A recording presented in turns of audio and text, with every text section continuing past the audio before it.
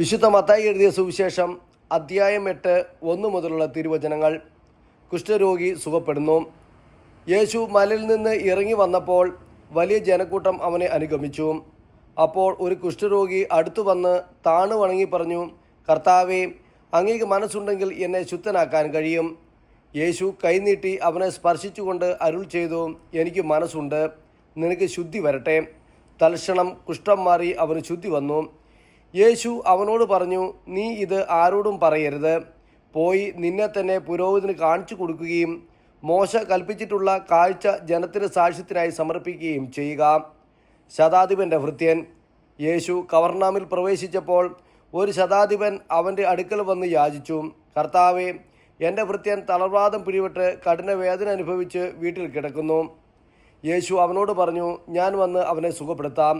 അപ്പോൾ ശതാധിപൻ പ്രതിവചിച്ചു, കർത്താവേ, നീ എൻ്റെ ഭവനത്തിൽ പ്രവേശിക്കാൻ ഞാൻ യോഗ്യനല്ല.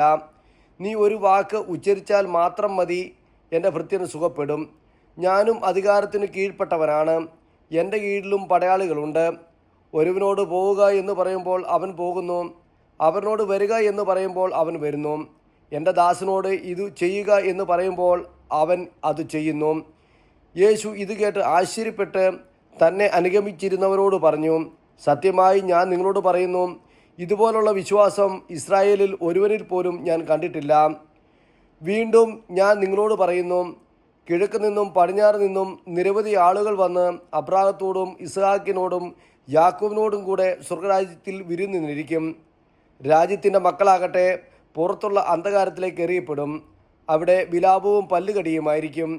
യേശു ശതാധിപനോട് പറഞ്ഞു, പൊയ്ക്കൊള്ളുക, നീ വിശ്വസിച്ചതുപോലെ നിനക്ക് സംഭവിക്കട്ടെ. ആ സമയത്ത് തന്നെ ഭൃത്യൻ സുഖം പ്രാപിച്ചു.